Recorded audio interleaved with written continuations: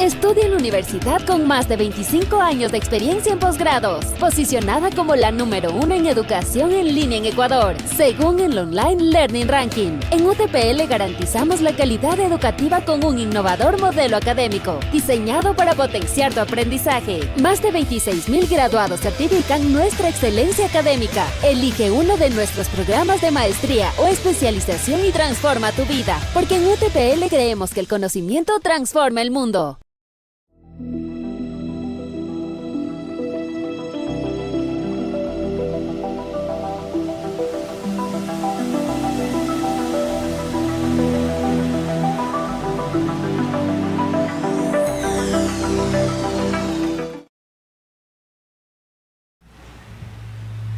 Muy buenas tardes a todos.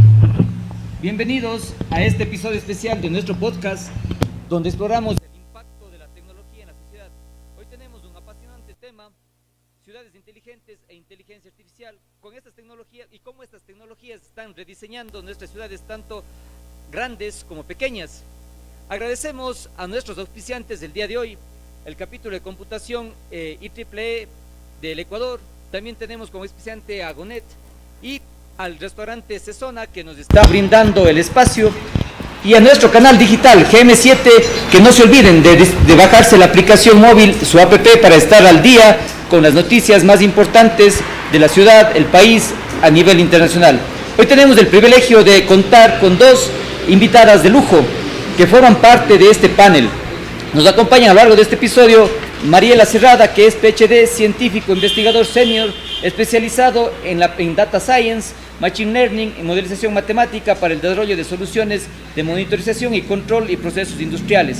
Es miembro senior de IEEE, una de las científicas más reconocidas a nivel internacional, con más de 5,000 citas en Google Scholar.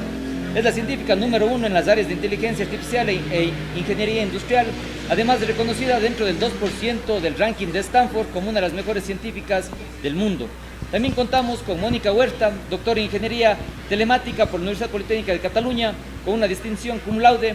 Realizó estancias postdoctorales en la UPC, en la Universidad Veracruzana de México. Ha sido investigadora titular en diferentes universidades. En la actualidad es investigadora de la Universidad Politécnica Salesiana.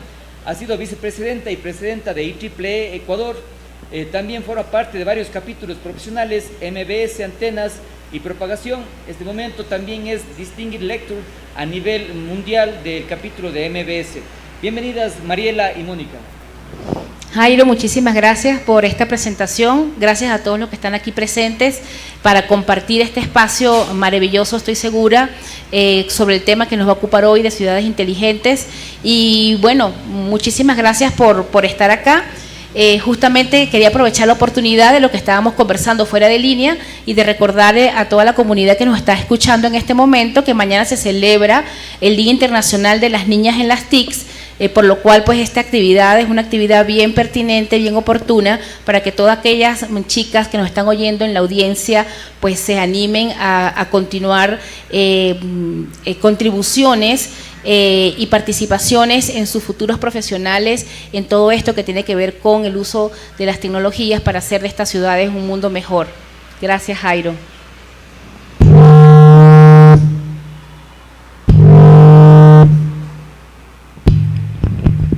Bueno, Jairo, gracias por la oportunidad de poder estar aquí. Gracias a todos los presentes y los que nos están escuchando en línea por permitirse tomar un tiempo de conocer lo que son las ciudades inteligentes y el impacto que va a tener en vuestras vidas y en las nuestras. Me uno a la notificación de la doctora Cerrada de que mañana es el Día de las Niñas en las TIC, y creo que es un espacio oportuno para que podamos fomentar actividades enfocadas a las niñas y poder vencer y aumentar más bien ese porcentaje tan bajo de participación de las mujeres en áreas STEAM. Muchísimas gracias, Jairo, y gracias a todos. Reitero mi agradecimiento por estar acá.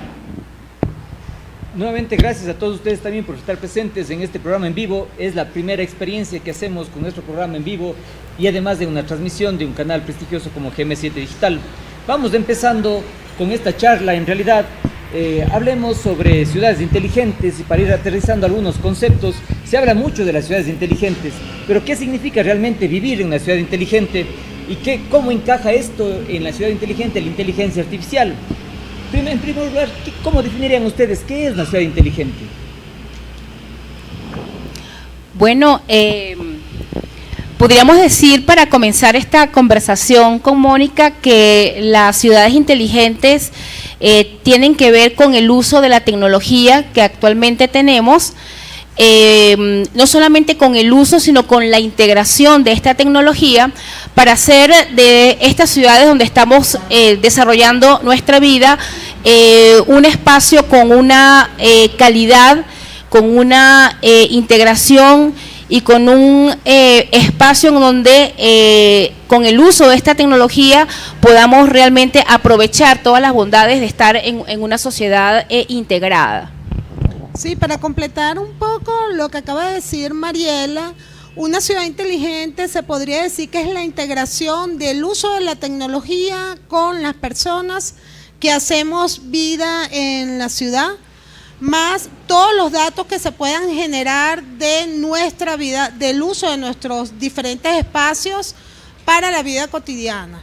Es decir, estamos hablando de la integración de tecnologías, hablemos de hardware, sensores, procesamiento de datos manejados con la inteligencia artificial, que es el término que se está usando hoy en día, y todo lo que pueda ser políticas públicas de las ciudades en las cuales nos encontramos. Entonces serían 3 ejes principales, bueno, son 4 en realidad los principales, porque está la sociedad, que van a ser los usuarios y que van a estar en estas ciudades inteligentes, y que la idea final es que puedan tener una mejor calidad de vida. Bueno, de hecho, entonces, la integración de la tecnología con el convivir de las personas y hacer más apacible y más fácil la vida de las personas, creo que es el fin de las ciudades inteligentes, ¿no? Hacer que podamos movilizarnos con tranquilidad, hacer que el clima esté mejor controlado, hacer que el tráfico esté controlado a través del uso de la tecnología y hacer que la sociedad tenga un mejor confort. Pero ¿cuáles serían estos pilares tecnológicos que soportan las ciudades inteligentes? Bueno, justamente Mónica avanzaba un poco en su respuesta hacia estos pilares. En primer lugar, tenemos que considerar que siendo los datos que se generan desde la ciudad y hacia la ciudad, pues debemos contar con una infraestructura de comunicaciones apropiada para que todos estos datos se puedan no solamente capturar, sino que se puedan además procesar de la manera más apropiada. En consecuencia, estaría yo introduciendo el segundo pilar, que es las plataformas de analítica de datos con lo que hoy día llamamos la inteligencia artificial, para poder entonces sacar toda información importante subyacente de estos datos para poder generar información que apoye a la toma de decisiones en la mejora de la calidad de vida de esta ciudad.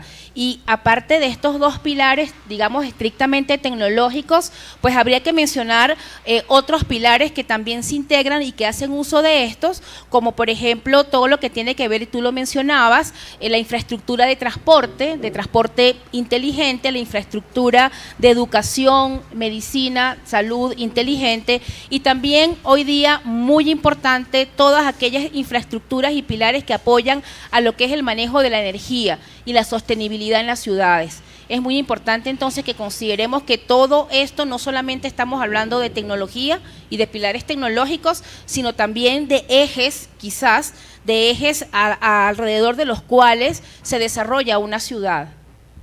Sí, y además de todos los pilares tecnológicos, como es la analítica de datos, que es uno de los pilares fundamentales, tenemos en primer lugar toda la data, de dónde generamos los datos.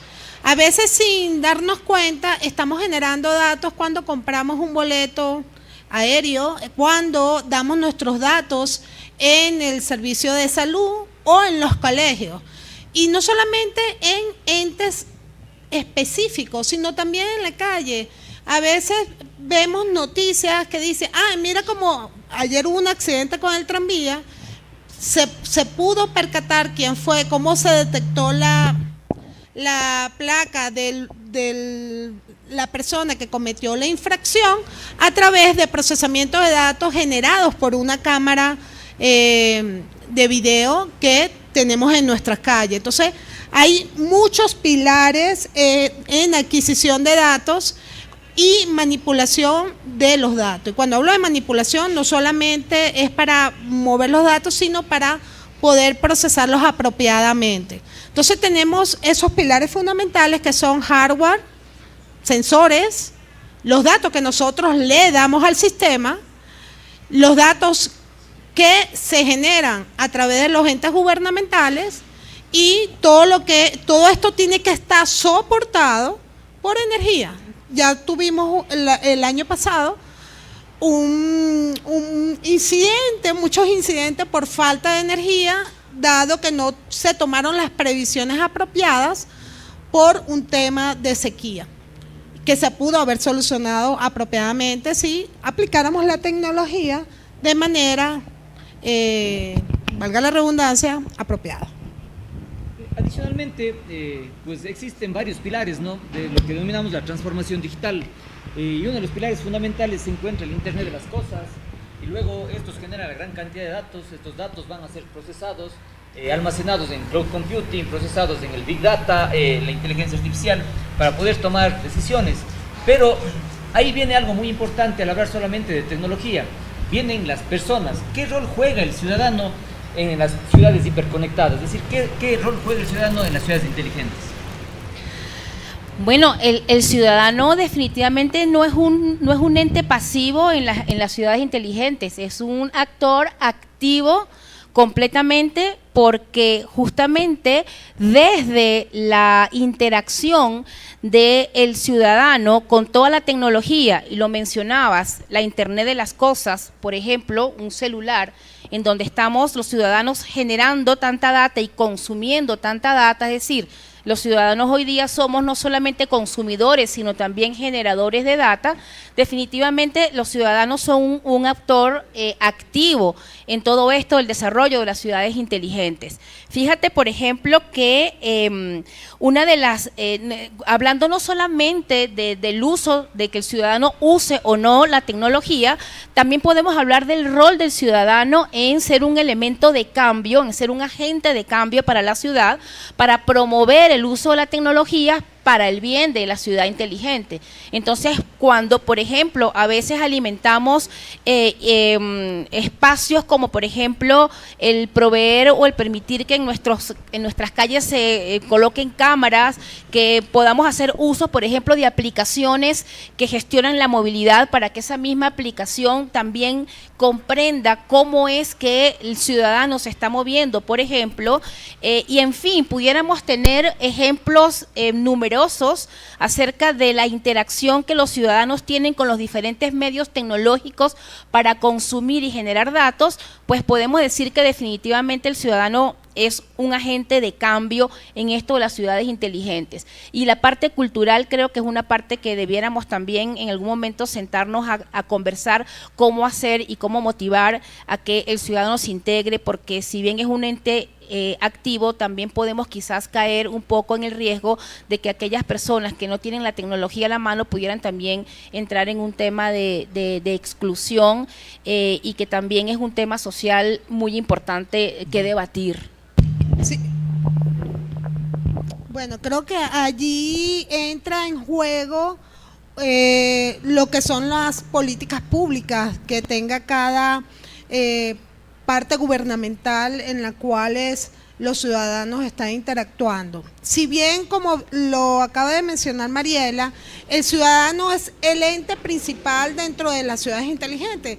De hecho, si no estuviéramos las personas, no hubieran ciudades. Entonces, las ciudades se conforman primero por las personas, luego la relación que tienen las personas entre ellas y la buena convivencia que puedan tener entre personas, entre los diferentes o las diferentes aplicaciones que se quieran tener en una ciudad inteligente, como es la salud, la educación, que son los principales. obviamente hay otro temas como lo mencionaste de la movilidad, transporte inteligente, energía inteligente, etcétera, pero yo sí considero que lo principal es la relación que puede haber entre personas y ese conjunto de personas con los diferentes entes que puedan tener una ciudad. Claro, y hay que juntarle eso también el tema de la seguridad de los datos, ¿no? Porque al ser personas que están integradas a la sociedad, de una u otra forma comparten gran cantidad de información a través de sus redes sociales, a través de sus teléfonos móviles, y no solamente eso, sino también las ciudades obtienen gran cantidad de información de sus ciudadanos, es decir, a través de las cámaras de seguridad, y todo eso debe estar resguardado a través de potentes sistemas de seguridad de la información que permitirían resguardar la data, porque si no seríamos vulnerables también todos los ciudadanos, ¿no? Al momento en el que nuestra información quede expuesta a otras personas. Pasando a otro tema, cuando hablamos de ciudades inteligentes, muchas veces nos pensamos nosotros en ciudades como Tokio, Shenzhen, a lo mejor Barcelona, ciudades bastante desarrolladas en el tema de este tema de ciudades inteligentes. Pero ¿qué es lo que pasa cuando queremos enfocarnos en nuestras ciudades? Es decir, ¿qué es lo que pasa cuando nosotros tenemos que acercarnos a ciudades pequeñas, aprovechar las tecnologías en ciudades pequeñas?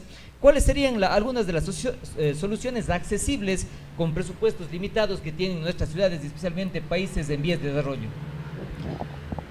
Bueno, comienzo yo esta vez. Sí.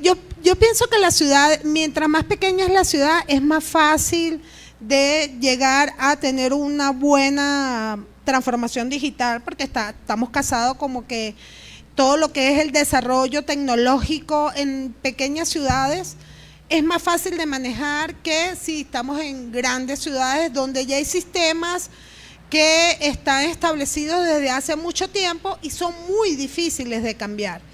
Y un ejemplo muy claro es cómo hemos pasado a lo mejor en los últimos 20 años de la telefonía fija a la telefonía celular, y cómo en poco tiempo vamos a eliminar la telefonía como tal, ¿no? Como tecnología. Eso es un cambio que en una ciudad grande es difícil de hacer, así tengamos muchas empresas. En cambio, en una ciudad pequeña donde previamente no existía tecnología, podemos hacer estos cambios de manera más sencilla, ¿no? Obviamente eso conlleva unos costos, que es parte de la inquietud de tu pregunta. ¿Cómo yo desde una ciudad pequeña donde tengo un presupuesto muy limitado puedo generar esos cambios? Esos cambios muchas veces vienen desde las personas. Es decir, yo como usuaria y consumidora de datos, como bien lo dijo Mariela, y de contenido, yo quiero tener una red más rápida.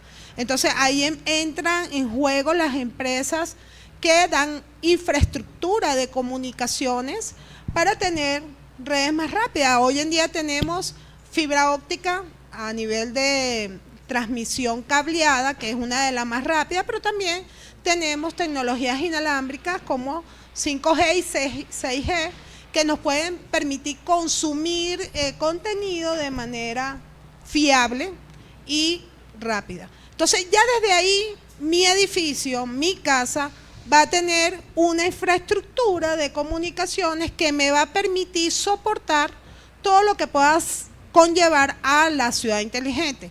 Por ejemplo, hacer una instalación de semáforos inteligentes, una urbanización donde todas las casas ya tengan esta infraestructura instalada, me va a permitir de manera rápida como ente gubernamental instalar un sistema de semáforos y vigilancia con algo que tú mencionaste en su momento, con temas de seguridad de datos de los usuarios. Bien, sí, bueno, Mónica ha mencionado muchas cosas que son definitivamente parte fundamental de considerar al momento de hacer desarrollos para ciudades inteligentes. Y a mí me gustaría completar esta parte, esta pregunta, con más allá de que la ciudad tenga mucho presupuesto o poco presupuesto, creo que es muy importante que se lleve a cabo primeramente una actividad de diagnóstico de qué es lo que realmente está necesitando la ciudad satisfacer a través de la inclusión y el desarrollo de una tecnología. o de cualquier otra actividad que pueda llevar al final a una ciudad inteligente. Entonces, por ejemplo, lo vemos acá en nuestra ciudad, en Cuenca. Se hizo una inversión, creo yo, interesante en dotar de algunas bicicletas, ¿verdad?, en ciertas zonas, para apoyar y para empezar a incentivar un poco la descarbonización y el uso de medios de movilización un poco más amigables con el ambiente, pero posiblemente quizás unos años después, y evaluando esta inversión, habría quizás que evaluar qué tanto esto fue realmente una necesidad que se estaba pensando en nuestra ciudad, ¿no? Entonces pensaría, nuevamente ratifico, de que más allá del presupuesto que tengamos mucho o alto, es quizás primeramente hacer ese ejercicio de diagnóstico, ese ejercicio de preguntar, de interactuar con las personas que están en las ciudades para ver qué es lo que está requiriendo y cómo con los presupuestos se pueden efectivamente satisfacer este tipo de necesidades.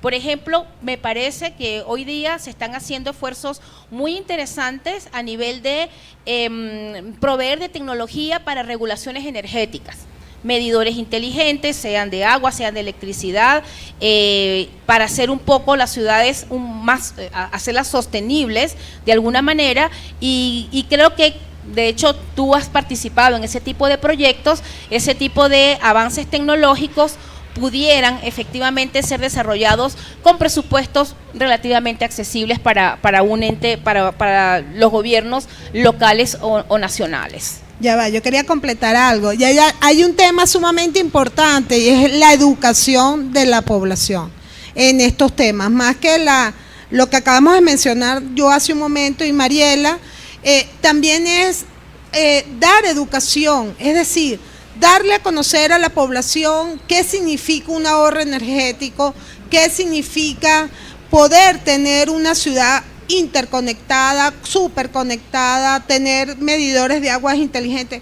Podemos tener todo eso, podemos tener presupuesto o no, pero si no tenemos una cultura establecida, que no la tenemos, y no hay políticas públicas de enseñar a la población, de hacerle un acercamiento de lo que significa tener una ciudad inteligente, no vamos a poder avanzar en estos temas, por lo menos en ciudades ni pequeñas ni grandes. Es lo que... Entonces vendría un tema muy importante que sería la cultura digital, ¿no? Es decir, hacer que la brecha digital que existe entre ciudadanos, entre personas, ciudades y países vaya disminuyendo, ¿no?, a través de uno de los elementos principales que sería, creo yo, la conectividad, porque nuestras zonas rurales carecen de conectividad todavía. Entonces yo creo que deberíamos ir buscando brindar esa conectividad a los diferentes sectores de la población, y luego pues el país debería ir buscando cómo generar ciertas políticas que permitan mejorar las infraestructuras tanto en conectividad como también en el tema educativo, ¿no? Continuando, hay un tema que está en boga y que todo el mundo utiliza, pues es la inteligencia artificial. Mariela, ¿puede implementarse inteligencia artificial sin grandes infraestructuras tal vez? Sí, definitivamente creo que la respuesta a esta pregunta puede ser, bueno, ¿cuál es la necesidad? ¿Cuál es la necesidad que nosotros tenemos que cubrir con el uso de inteligencia artificial? Y fíjate que justamente puedo hablar en este momento de una actividad, un proyecto que estamos desarrollando desde el grupo de investigación que nos ocupa en la Universidad Politécnica Salesiana, y es justamente el tratar de acercar estos desarrollos basados en inteligencia artificial para pequeñas localidades.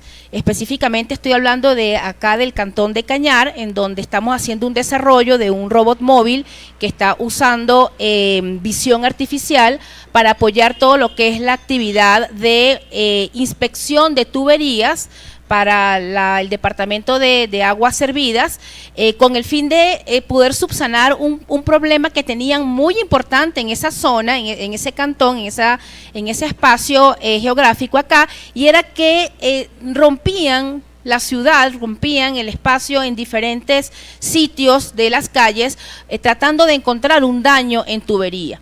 Y fíjate que justamente hablando de un desarrollo con un presupuesto relativamente accesible incluso para el presupuesto de este gobierno local, pudimos desarrollar esta tecnología de este robot móvil. Estamos en este momento, obviamente con el apoyo de otros organismos, intentando desarrollar este sistema de visión que va a dotar, de visión artificial, que va a dotar a este dispositivo de toda la funcionalidad inteligente para poder determinar el tipo de daños que se está teniendo en estas tuberías, ¿no?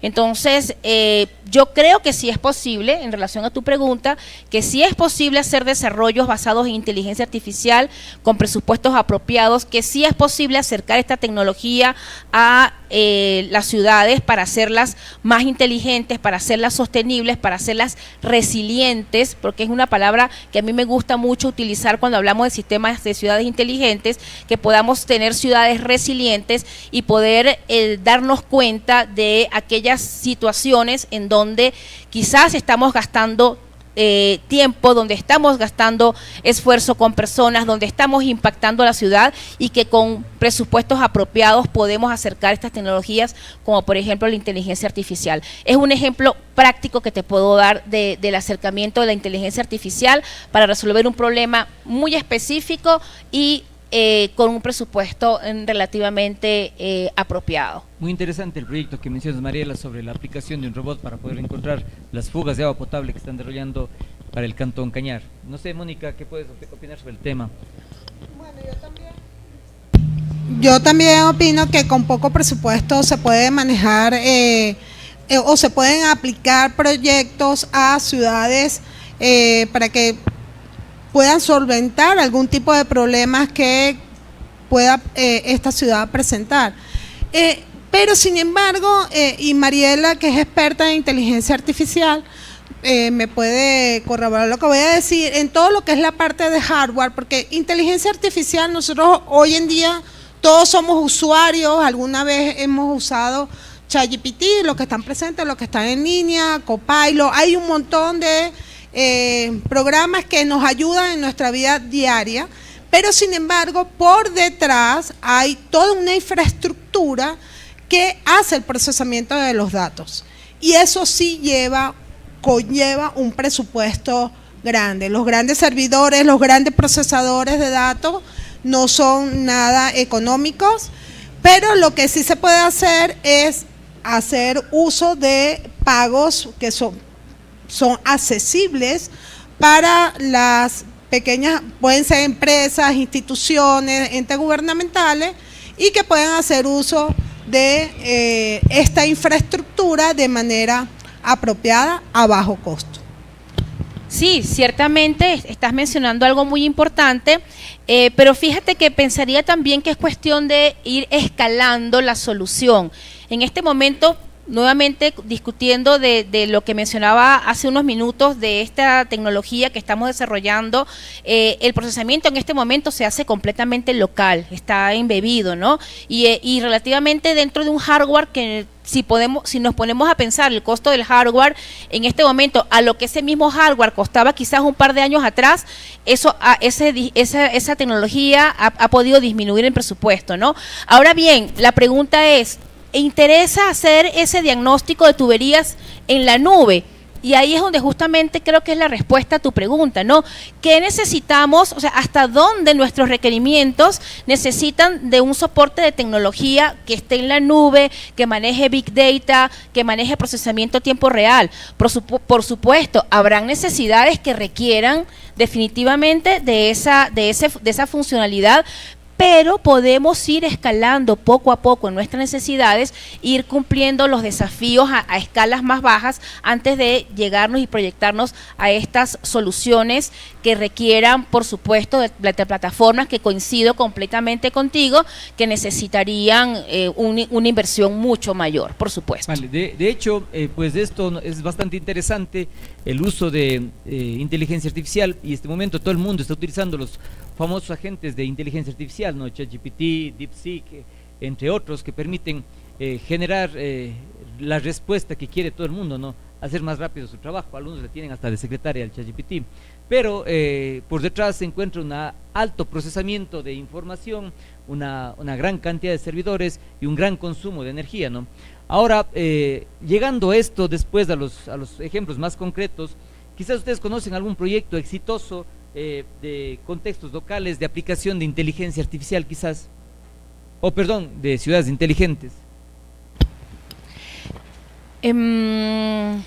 Bueno, puedo seguir haciendo uso de este desarrollo que estamos haciendo, el cual definitivamente está acercando esta tecnología y es un caso de éxito, ¿no?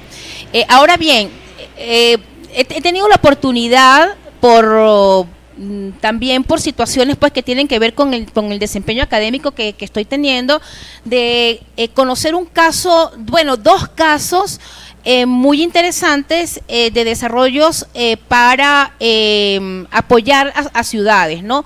Una, y quizás alguno de los que está aquí conoce ese caso de estudio, que es lo que se llama el Distrito Tech en México, y es una iniciativa que está siendo desarrollada desde el Tecnológico de Monterrey como universidad para llevar esta tecnología a toda el área geográfica que está alrededor de ellos. Conozco de primera mano que ellos han tenido un impacto muy positivo en su comunidad, no solamente desde el punto de vista de acercamientos de la analítica de datos y la inteligencia artificial para estudiar temas de movilidad alrededor de este distrito tech y también de energía.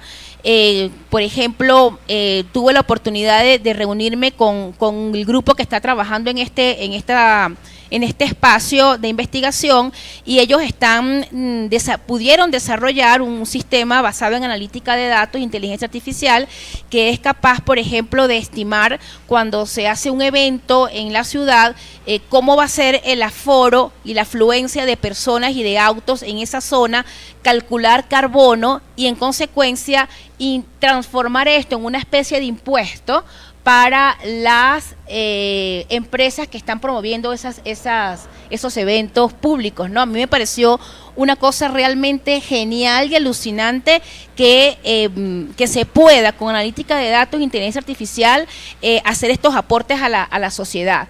Entonces, sí hay casos de éxito digamos, acá en Latinoamérica. Entiendo que Chile, por ejemplo, está trabajando bastante en el tema de movilidad. Hay una compañía ya privada, no recuerdo, pero que trabaja muy de mano con el gobierno, no recuerdo, IMWay creo que es el nombre, ¿sí? De estos chicos, son unos chicos jóvenes incluso que están incursionando de una manera interesantísima en, primeramente, adquisición de data, ¿ok? A través, por supuesto, de servicios que ellos brindan, pero utilizar toda esta información para hacer aportes muy interesantes a nivel de movilidad inteligente. Y también creo que he podido conocer un poco también algo, creo que también a través de esta relación que te digo con este equipo que trabaja mucho a nivel de energía en Latinoamérica, algunos desarrollos también con edificios inteligentes. ¿Ok? Entonces sí se están haciendo esfuerzos, sí hay casos de éxito que pueden ser reportados en Latinoamérica, y que además quisiera reportar, sobre todo nosotros que estamos todos en academia, que son iniciativas que han salido de la academia y de los campus que están en espacios que puedan ser intervenidos en esta dirección de empezar a tener ciudad inteligente alrededor de ello. Interesante lo que nos cuentas, Mariela. No sé si, Mónica, tienes alguna experiencia que contarnos. Sí, bueno, aparte de toda la experiencia, aparte de lo que acaba de mencionar Mariela, que está relacionado con energía, movilidad, etcétera, hay muchísimas iniciativas a nivel de Latinoamérica en evaluación de calidad de aire. Esa empresa chilena, Santiago, tiene un problema muy grave de la calidad de aire por su situación geográfica, y lo están manejando, bien sea con impuestos, porque es así que nos manejamos. El ser humano solo hace caso cuando le dan en el bolsillo, con impuestos, para tener una mejor calidad de aire dentro de la ciudad.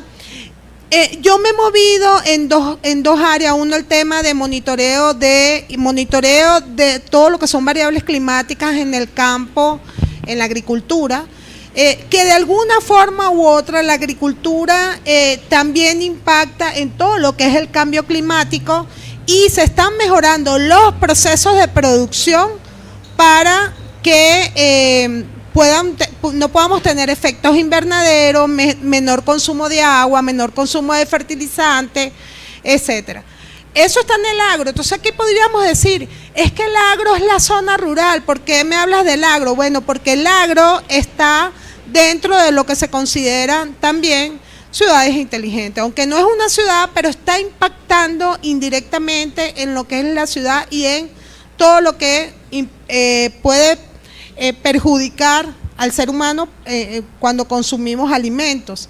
Eso por un lado. Y por otro lado, tenemos instituciones que son edificios inteligentes como un campus inteligente.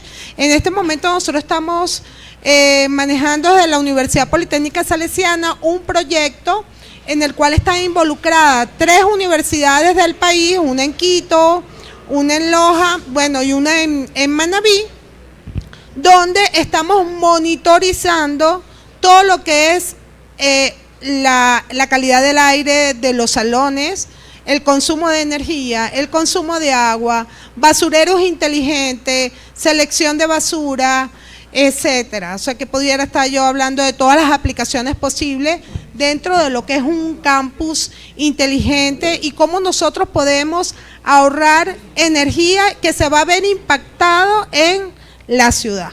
O sea, tenemos movilidad, como lo acaba de decir Mariela, energía y las aplicaciones dentro de el tema educación, y esto que les acabo de decir de educación se aplica perfectamente a tema salud, como lo son los hospitales y centros de salud.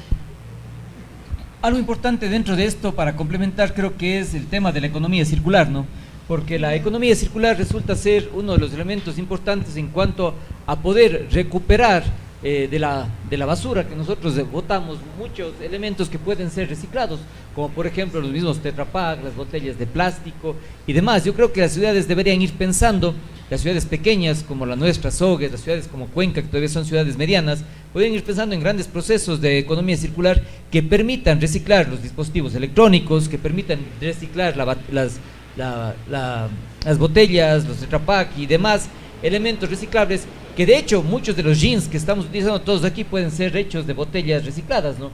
Entonces, todo esto resulta ser un elemento que en países en vías de desarrollo como el nuestro son fundamentales para colaborar, no solamente colaborar, sino formar parte del entorno global en el cual se está utilizando el reciclaje como un elemento importante para poder desarrollar otros equipamientos, ¿no? Es importante también recordar que muchos de los vehículos, incluso que ahora estamos manejando, son hechos de material reciclado. Entonces yo creo que las ciudades inteligentes se componen también de este elemento muy importante que son las economías circulares, que permitirían de una u otra forma hacer que las ciudades sean más sostenibles, ¿no? Nos permitirían vivir de mejor manera. Ahora, yendo a un tema un poco más allá, en cuanto al futuro, vamos con una mirada al futuro, ¿no? ¿Cómo se ven las ciudades del mañana con la evolución de la inteligencia artificial? ¿Qué oportunidades tienen y también qué riesgos existen en las ciudades inteligentes? Porque justamente ahora veía uno de los youtubers más famosos del mundo, que incluso estuvo aquí en Ecuador, hizo videos, él es americano, hizo videos de las ciudades chinas y él quedó impresionado de cómo es el desarrollo de las ciudades chinas. Es más, incluso Donald Trump no le quiso ahora dejar entrar a Estados Unidos porque hizo videos de las ciudades, del adelanto que tienen las ciudades chinas. Entonces, ¿qué es lo que nos espera en el futuro? Porque si bien tenemos ciudades en China que están exageradamente desarrolladas frente a las nuestras que tienen un desarrollo en tema tecnológico bastante bajo y en algunos casos nulo, ¿qué nos espera frente a eso, no? Entonces, ¿cómo visualizan ustedes las ciudades dentro de 10 años? Dentro de 10 años es mañana, Jairo. Bueno, sí. 10 años es mañana, yo pusiera más años todavía, ¿no? Bueno, más allá de los años, del espacio de tiempo que estás proponiendo, yo creo que los esfuerzos que se están desarrollando a nivel tecnológico para la promoción y el fomento de ciudades inteligentes deberían estar apuntando a que que tengamos ciudades resilientes.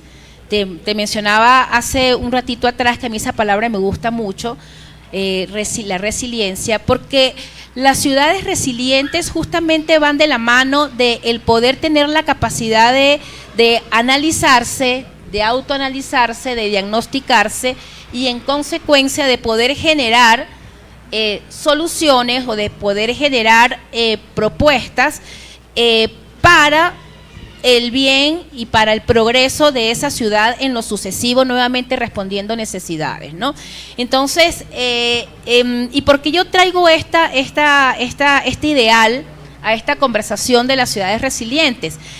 Justamente leyendo esas cosas que uno ve en Instagram, ¿verdad? Se pone a veces a perder un poquito de tiempo uno ahí a leer cosas, y a scrollear, ¿no? Creo que es la palabra.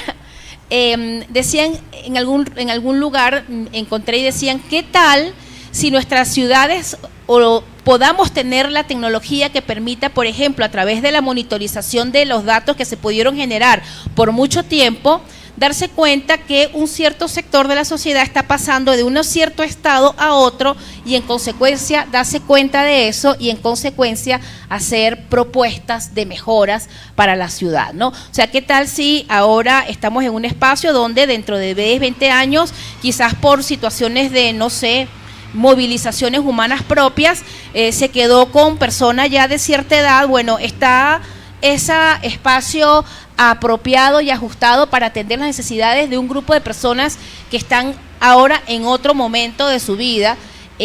¿Quién se da cuenta de eso, no? Entonces, ¿qué tal si nosotros aprovechemos todas estas tecnologías para que dentro de 10, 20, 30 años podamos llegar a tener ciudades resilientes, capaces de autoevaluarse, capaces de diagnosticarse y capaces de generar soluciones? Excelente el término que manifiesta María, las ciudades resilientes, ¿no? Pues de eso trata justamente, ¿no? Que las ciudades puedan dar la comodidad a todas las personas para poder vivir más cómodamente, ¿no? Bueno, yo creo que Mariela es muy optimista, y tú también, porque no sabemos qué va a pasar. Realmente tuvimos una pandemia que nos obligó a toda la población a estar escondida, ¿no? Cerrado con miedo, me voy a morir. En 10 años, 20 años, no sabemos qué va a pasar. Hay un brote de fiebre amarilla, aunque el ministerio diga que no, hay un brote de fiebre amarilla en estos momentos. Eso hay que mirarlo con lupa, o sea, eso hay que mirarlo de manera integral con toda la sociedad. Y no simplemente dejar, bueno, eso está pasando en Morona, Santiago, y yo estoy lejos. ¿Y por qué digo lo de la enfermedad? Porque no sabemos todavía manejar enfermedades como lo que nos pasó con la pandemia, y lo peor es que no hemos aprendido. Entonces, en 10 años no sabemos qué es lo que nos viene, alguna otra enfermedad extraña, pero sin embargo, lo que sí debemos estar preparados es cómo a través de la tecnología podemos enfrentarnos a temas que involucren a muchas personas. Ya está demostrado por las tendencias y por los datos que nos ha permitido precisamente manipular la inteligencia artificial, que de aquí a 100 años la población está disminuyendo. O sea, va a disminuir, ya la generación que nos sigue a nosotros ya no quiere tener hijos. Entonces, ¿cómo esas personas, las pocas personas que quedan en el mundo, se van a enfrentar a toda la tecnología? No sabemos qué tecnología vamos a tener de aquí a 10 años. Hace 10 años atrás, nadie usaba, muy pocas personas usaban la cámara del teléfono para hacer fotos como nos las estamos haciendo ahora. Entonces, sí, yo creo que hay que ir con cuidado. Yo sería de las que iría pesimista para poder tener cosas positivas, porque no sabemos a qué nos vamos a enfrentar. La tecnología avanza a pasos agigantados. Entonces, ¿cómo estamos preparados? Y voy a volver al tema de educación. ¿Cómo la sociedad está preparada a nivel cultural y profesional y de conocimiento para enfrentarse a todo lo nuevo que nos va a llegar en 10 años? No solamente la tecnología, sino otras cosas como las enfermedades. Solamente, sí, me gustaría quizás completar, ciertamente, pues no somos adivinos de saber lo que va a pasar, Pero creo que justamente el desarrollo de la tecnología, la incorporación y que eso pueda llegar a la mano de las ciudades, se puede engrandecer y aprovechar de estas situaciones no tan favorables, ¿no? Como lo que acabas de mencionar de la pandemia que vivimos ya hace 5 años. Han pasado 5 años y todavía seguimos hablando de la pandemia hoy en día. Pero es que definitivamente yo pienso que esa situación nos hizo ser resilientes y allí estuvo la tecnología para apoyarnos. Fíjate que prácticamente, si bien era cierto que estábamos viviendo cosas muy duras desde el punto de vista de salud, pero desde el punto de vista de quizás unos continuar con los estudios, otros de continuar con trabajo, etcétera, fue en la tecnología que teníamos en ese momento que tuvo que acelerarse muy rápidamente para poder brindar solución a esa necesidad que se estaba requiriendo de mantenerse conectado de alguna manera, ¿no? Y por ejemplo, por poner simplemente un ejemplo, el Zoom que existía en el 2020, por poner una marca, no estoy haciendo propaganda a ninguna marca, pero bueno, ese medio que teníamos en el 2020, en 2-3 años te ofrecía un montón de funcionalidades que hoy día te sirve no solamente para responder a necesidades académicas o laborales, sino incluso hasta familiares cuando están dispersas por todo el mundo las familias, ¿no? Entonces, no es cuestión de ser muy optimista, es que frente a las cosas malas que puedan venir, el poder tener y pensar, adelantarse al tener una tecnología que te pueda ayudar a ser resiliente. Sí, justamente Andrés Oppenheimer en uno de sus libros hablaba sobre el tema relacionado a aquellos que son que ven a la tecnología como algo positivo y hay algunos que ven a la tecnología como algo negativo, ¿no? Pero pasando esto, de hecho existen riesgos y quisiéramos saber qué riesgos trae la automatización, especialmente en temas de privacidad, seguridad y exclusión digital, que son uno de los elementos más importantes en la actualidad, porque la exclusión digital parte desde la educación, ¿no? Entonces, quisiera saber cuáles son estos riesgos que trae la automatización urbana desde la seguridad, desde la privacidad y la exclusión digital. Bueno, la exclusión digital siempre va a estar. Yo creo que algo, y voy a complementar con la pregunta anterior, algo positivo de la pandemia es que la brecha digital se cerró un poco. ¿Por qué? Porque sí hubo un efecto de conectividad, que es un poco mi área de experticia. Hoy en día, por acá, por la zona de Cañar, en una zona que hay muy poca población, hay fibra óptica. Y si tenemos fibra óptica, podemos ir minimizando esa brecha digital y por ende la exclusión digital, pero sin embargo, todavía queda mucho, a nivel mundial, hay mucha población que todavía está excluida digitalmente, bien sea porque no hay infraestructura o porque no hay la cultura o la educación relacionada con enseñar a todas las personas y a las comunidades con lo que es la tecnología. En cuanto a los datos, que es la seguridad de los datos, que todos tenemos miedo que nuestros datos estén por ahí sin ningún tipo de seguridad. Yo sí creo que eso es un tema que ha mejorado muchísimo en los últimos 5 años, no me voy a ir tan atrás de los 10 años, sino en los últimos 5 años, pero sin embargo todavía es un tema que hay que trabajar muchísimo, todavía hay muchas puertas abiertas en cuanto al acceso de los datos de cada uno de nosotros. Incluso, algunas veces queremos ser transparentes en ciertos datos y lo que hacemos es exponer a la persona a ciberdelincuentes. Mariela, no sé qué nos puedes hablar, qué nos puedes decir sobre los riesgos que estamos afrontando en el tema de la automatización en las ciudades.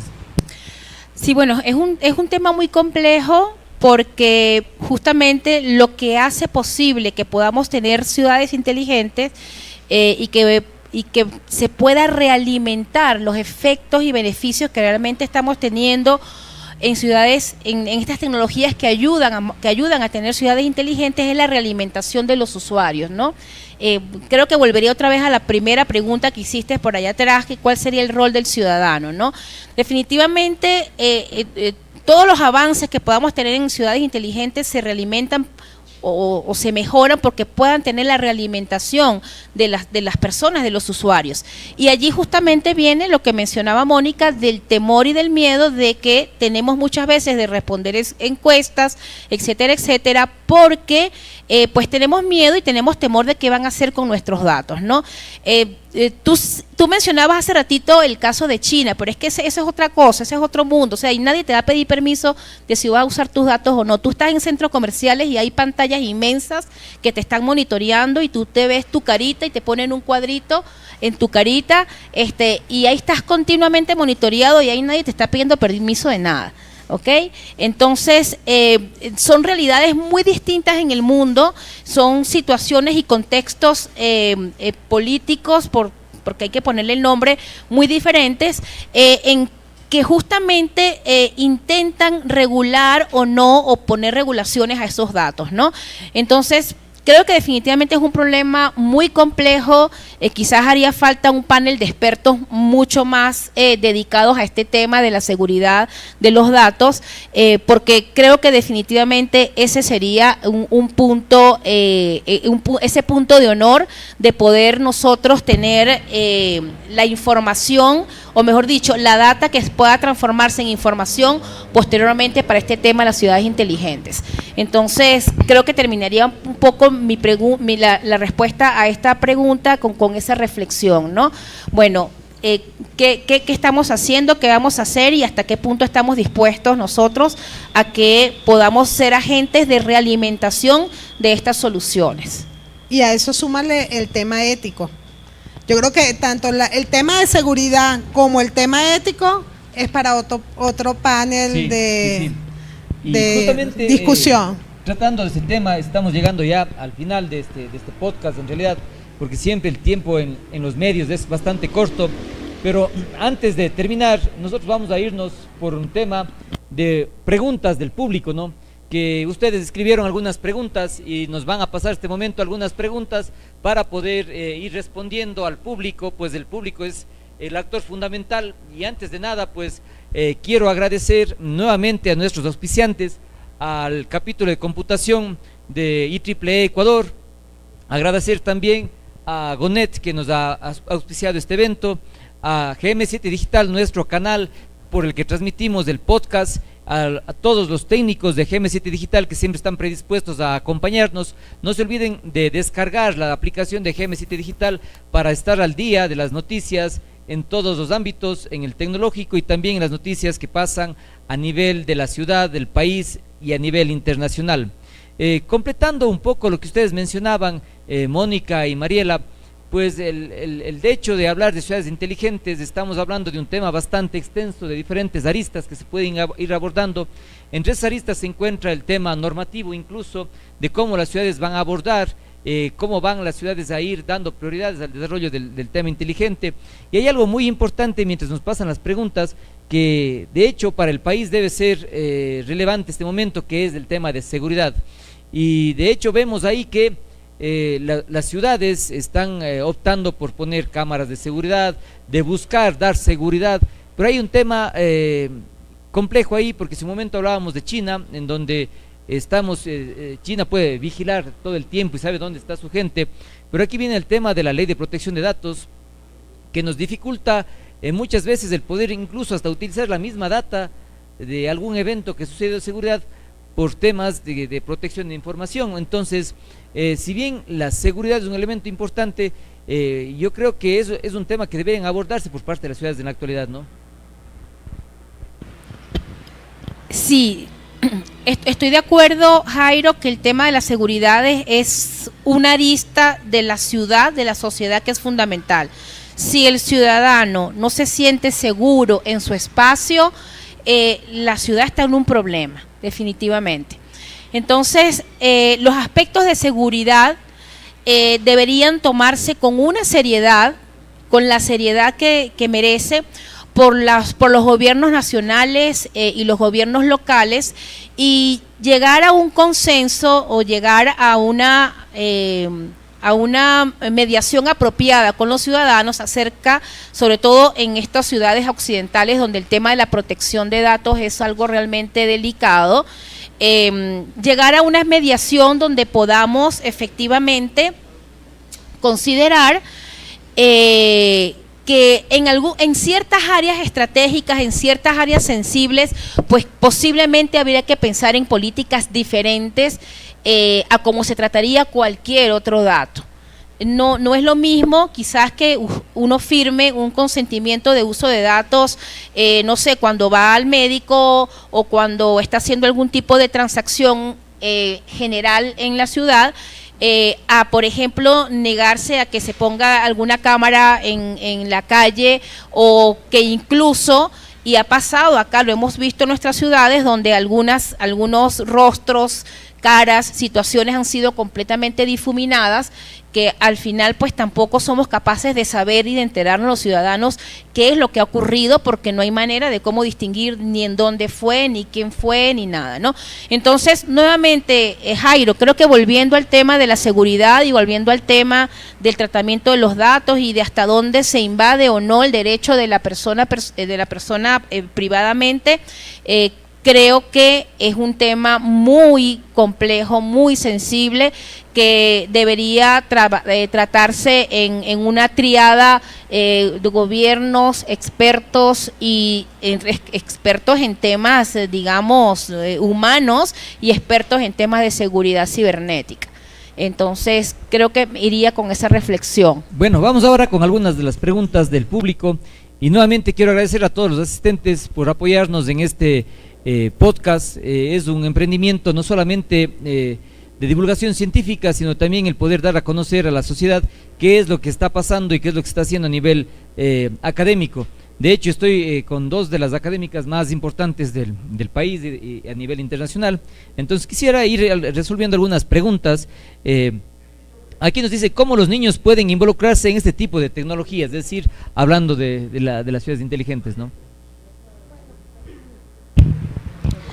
Para que los niños se puedan involucrar en el uso de la tecnología y de lo que significa la tecnología, lo primero es que nosotros podamos hacer cambios en muchos aspectos culturales. Por ejemplo, empezando que cuando un niño, nuestro vecino, sobrino, etcétera, cumple años, podamos regalarle algunos aspectos tecnológicos que ellos vayan conociendo, que les permita conocer lo que de verdad significa la tecnología. No solamente una ciudad inteligente, porque a la larga una ciudad inteligente se compone de muchas tecnologías, pero desde niños se le tienen que dar las herramientas básicas para que empiecen a conocer lo que es la tecnología en general. Hay muchos kits que son de juguetes, robots que son para niños, para distintos rangos de edades.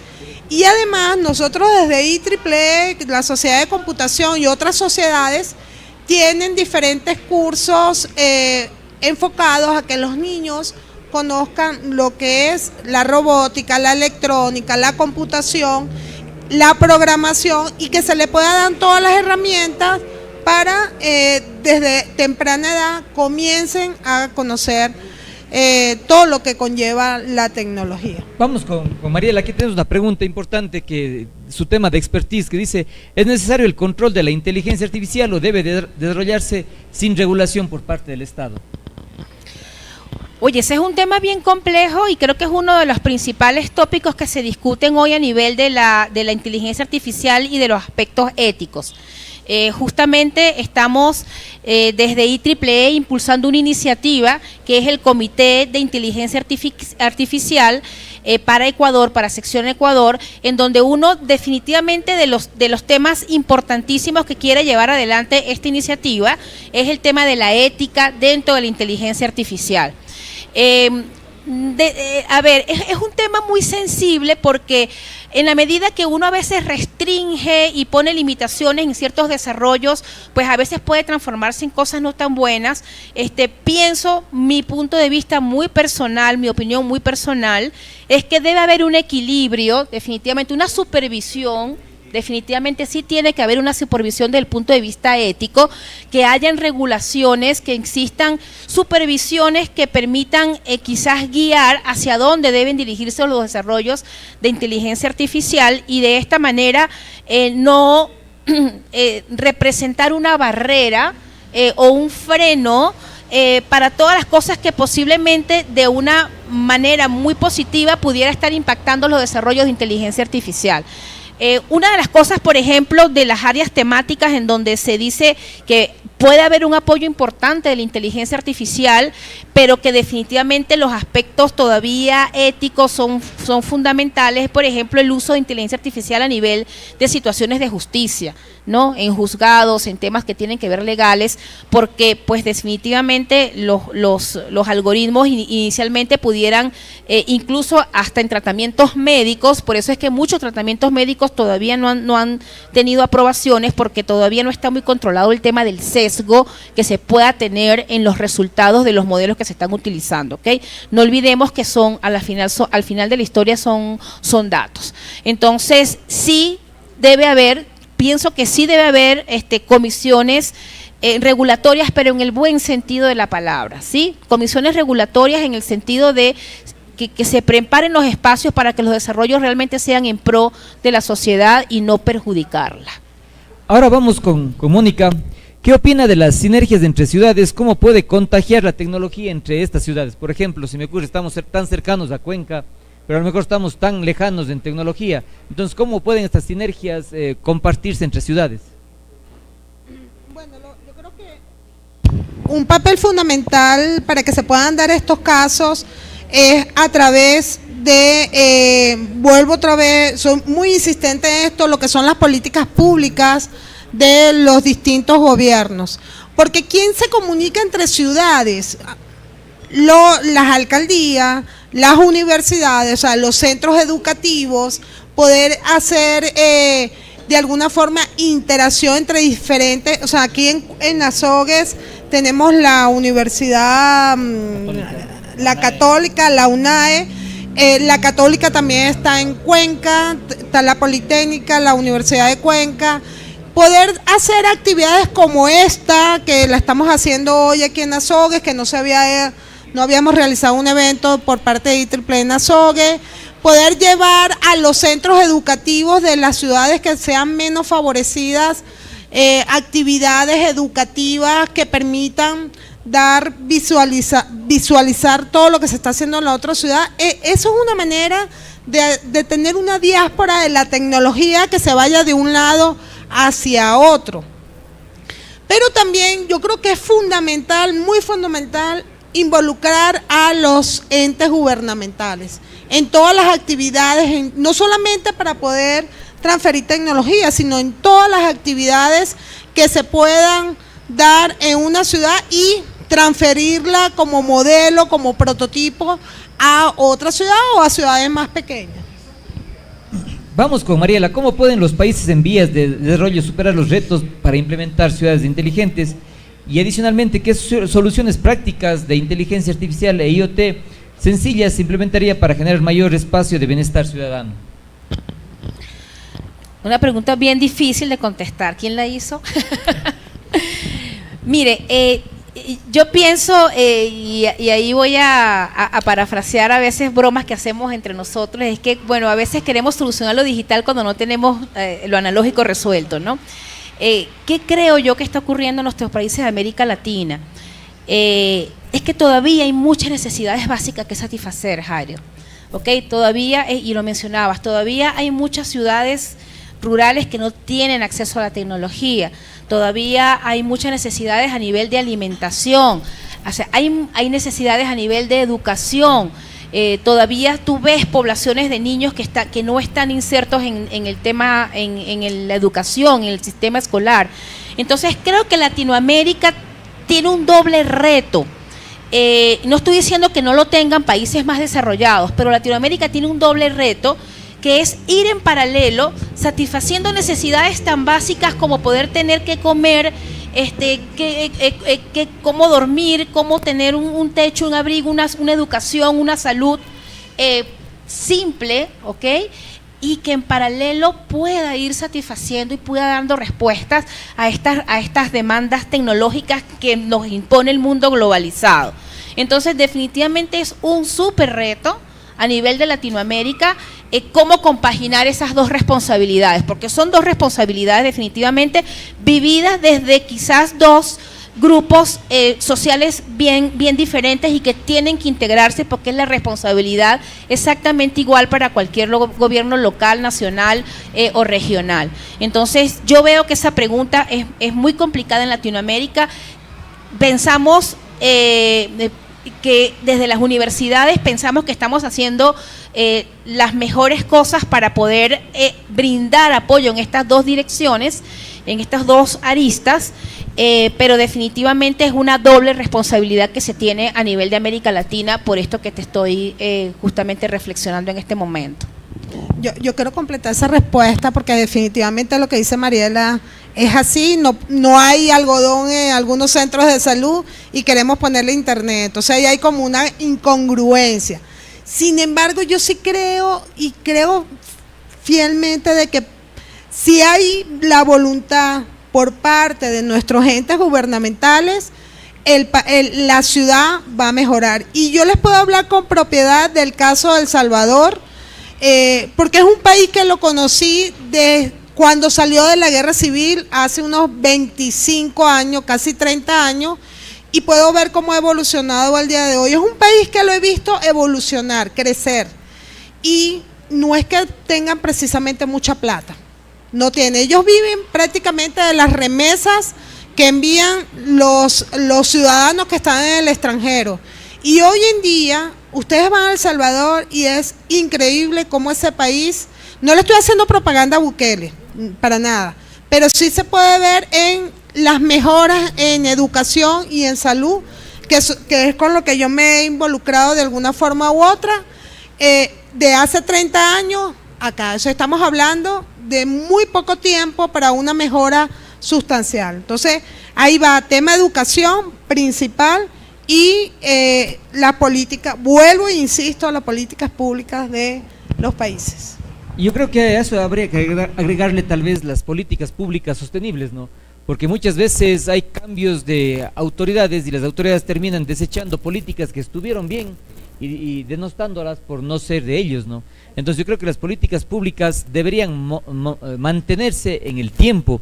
Hay algo que nos puedes responder tú, Mónica, y dice, ¿qué posibilidades ven en el uso de tecnologías de ciudades inteligentes para el monitoreo de emergencias ambientales como los derrames de petróleo en Ecuador?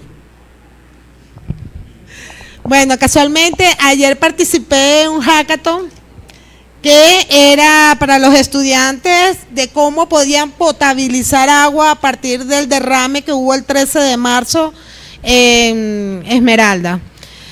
Efectivamente, y lo hablamos hace un momento, de cómo podemos tener una alerta temprana en crecidas de río, en sequías, en incendios. Tuvimos muchísimos incendios durante la sequía.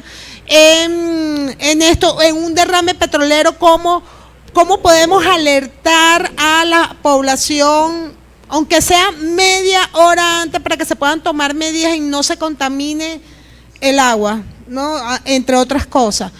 ¿Podemos usar la tecnología? Sí, podemos usar la tecnología, podemos usar procesamiento de imágenes, podemos hacer diseño de sistemas de alerta temprana con imágenes satelitales.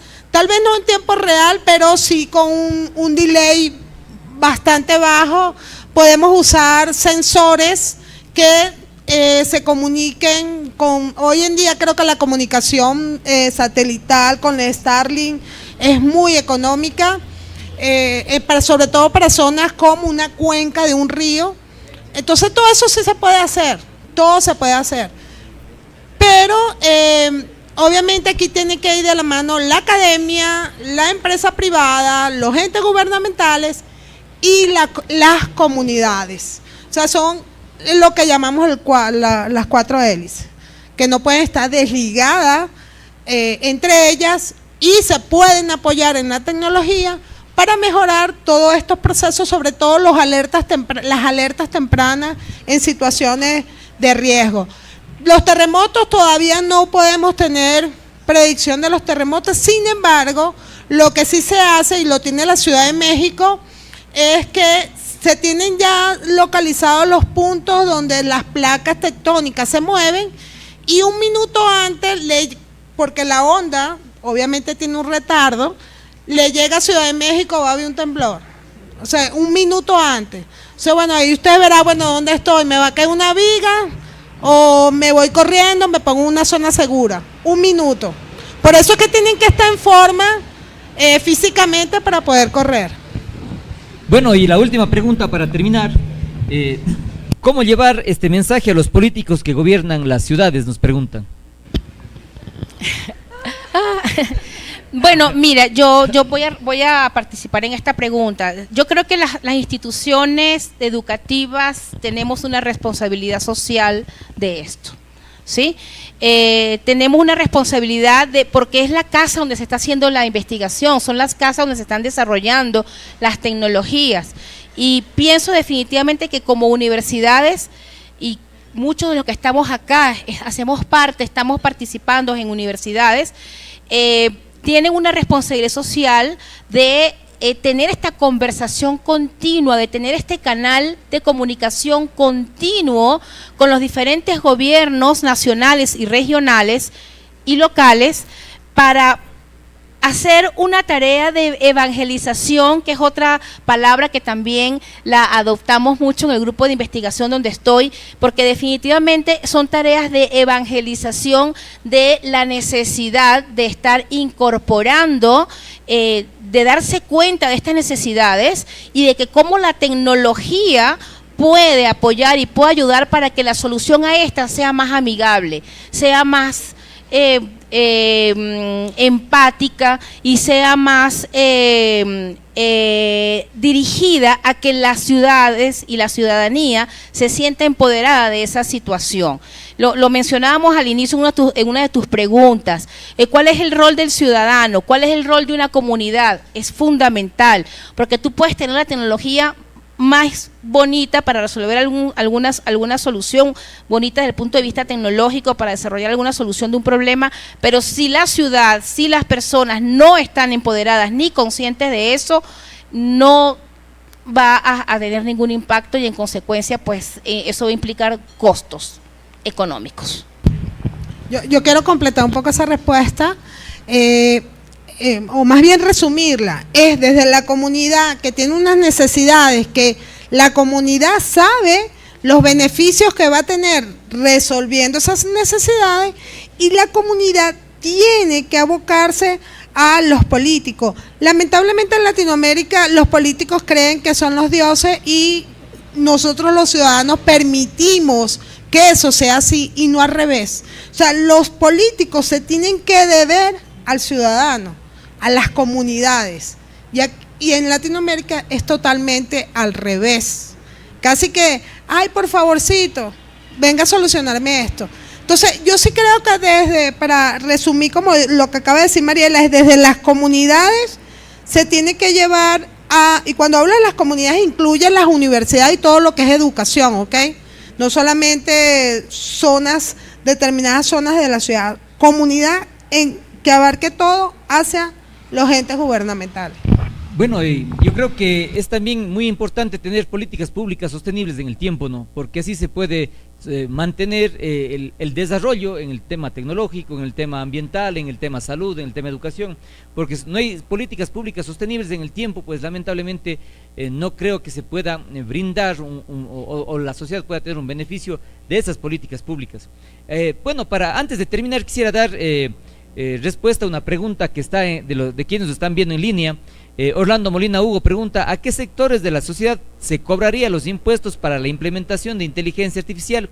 ¿Y cómo la gente pobre pagaría esos impuestos, o cómo tendría acceso a la IA si no tienen dinero suficiente? Es lo que pregunta él.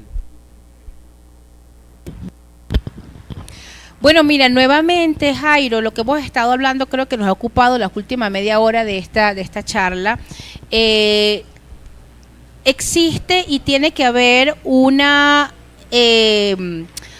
triada ¿verdad? Una triada entre la comunidad, entre los gobiernos y entre los generadores de la tecnología, para ver cómo esto se distribuye de tal manera el desarrollo de esta tecnología, porque creo que lo que estamos de acuerdo es que se necesita un presupuesto para desarrollarlo, cómo es posible desarrollar las políticas públicas para que este tipo de desarrollos, cuando existan y queramos que estén a la mano de la ciudadanía, pueda ser equitativa y pueda ser responsablemente distribuida entre todos.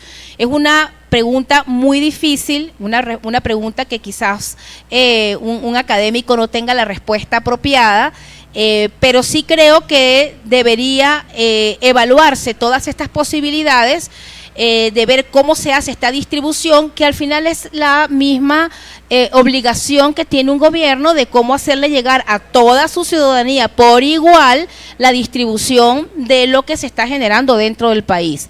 Entonces, es una respuesta muy difícil de dar, porque si fuera fácil de dar, muchos países de Latinoamérica no estuvieran como estamos, y puedo hablar de muchos en ese sentido. Entonces, sí pienso que definitivamente, nuevamente, es sentarse a hablar, sentarse a discutir en una mesa abierta en beneficio y en pro de la ciudadanía.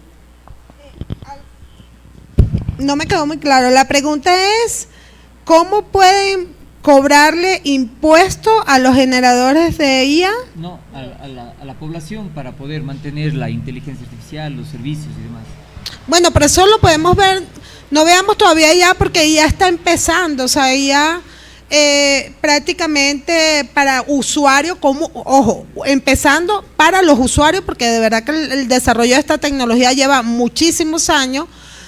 Sin embargo, podemos ver es lo mismo con los servicios digitales como Airbnb, Uber, cómo se está haciendo, por ejemplo, aquí en el país, para cobrarle impuestos a esos generadores de esos servicios, cuya sede, por ejemplo, Uber está en Estados Unidos. México lo está haciendo, México le está cobrando un impuesto, creo que España también, a ese tipo de servicios. Me imagino que se pudiese llevar ese mismo modelo a lo que son las IA en su momento. Y la otra parte era del pobre, ¿no? O sea, ¿cómo accede la gente pobre a estos servicios si no tienen para pagarlos tampoco? Bueno, ahí creo que voy a responder voy a reforzar lo que dijo Mariela hace un momento. Yo creo que las personas, yo no me gusta usar la palabra pobre, sino las personas con menos recursos, en estos momentos tienen que suplir las necesidades básicas, que muchas veces no tienen ni para comer, y a medida que puedan ir solucionando esos problemas básicos, pasar al otro nivel de la pirámide de necesidades, que no recuerdo el nombre, pero ahí también tienen que entrar, alguien tiene que pagar eso. Todo tiene un costo, todo en esta vida tiene un costo, nada es gratis. Cuando vamos para el hospital, que uno dice, es gratis. No, no es gratis, alguien lo está pagando. Lo estoy pagando yo con mis impuestos, lo paga la ciudadanía con los impuestos, las empresas con sus impuestos. O sea, nada en este mundo es gratis. Sí, definitivamente. En resumen, tiene que haber una mesa abierta de discusión sobre en dónde va a estar ese costo reflejado. Y nuevamente, lo que hablábamos hace rato, tiene que haber un equilibrio. Tenemos que satisfacer necesidades básicas y en paralelo ir viendo cómo ofrecemos tecnología a la ciudadanía. Bueno, nuevamente muchas gracias a todos los que nos acompañaron el día de hoy, tanto en forma presencial como también en línea. Gracias a nuestros invitados por su visión tan clara e inspiradora. Este episodio estará disponible próximamente en todas las plataformas digitales. Y no se olviden de seguirnos en nuestras redes sociales, tanto en Instagram, en Facebook y TikTok como GM7 Digital y como Tech Talk. Este episodio nos estarán acompañando pues en la edición del podcast GM7 Digital. Nuevamente agradecer a todos los presentes, a quienes auspiciaron este episodio en vivo. Es la primera vez que lo realizamos, espero que haya estado bien. Gracias a Gonet, gracias a IEEE Capítulo de Computación, a IEEE Ecuador, y nuevamente gracias a ustedes, Mariela y Mónica, por acompañarnos, y a todos quienes han estado presentes en este podcast en vivo. Muchas gracias a todos. Gracias, Jairo, por la invitación. Gracias a todos los que vinieron a este espacio y gracias a todos los que nos están oyendo. Bueno, igual reitero mi agradecimiento a todos los que están presentes, presencial y online, y a ti, Jairo, por esta iniciativa que permite minimizar la brecha de conocimiento de tecnología para toda la ciudadanía. Gracias a todos. Anunciaron para todos. Gracias.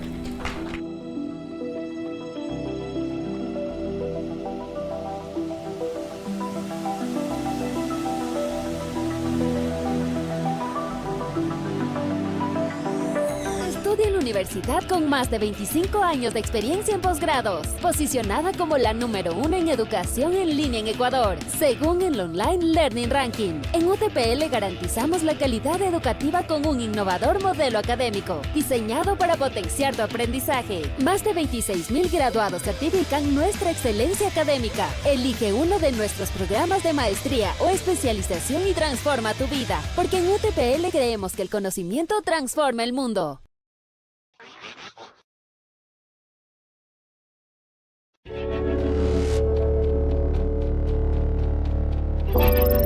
Tech Talk es un programa que te lleva a un viaje a través del mundo de la tecnología.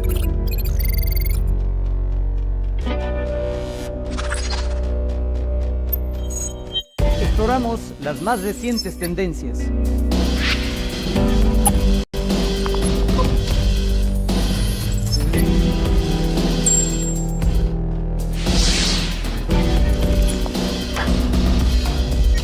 Entrevistamos a expertos.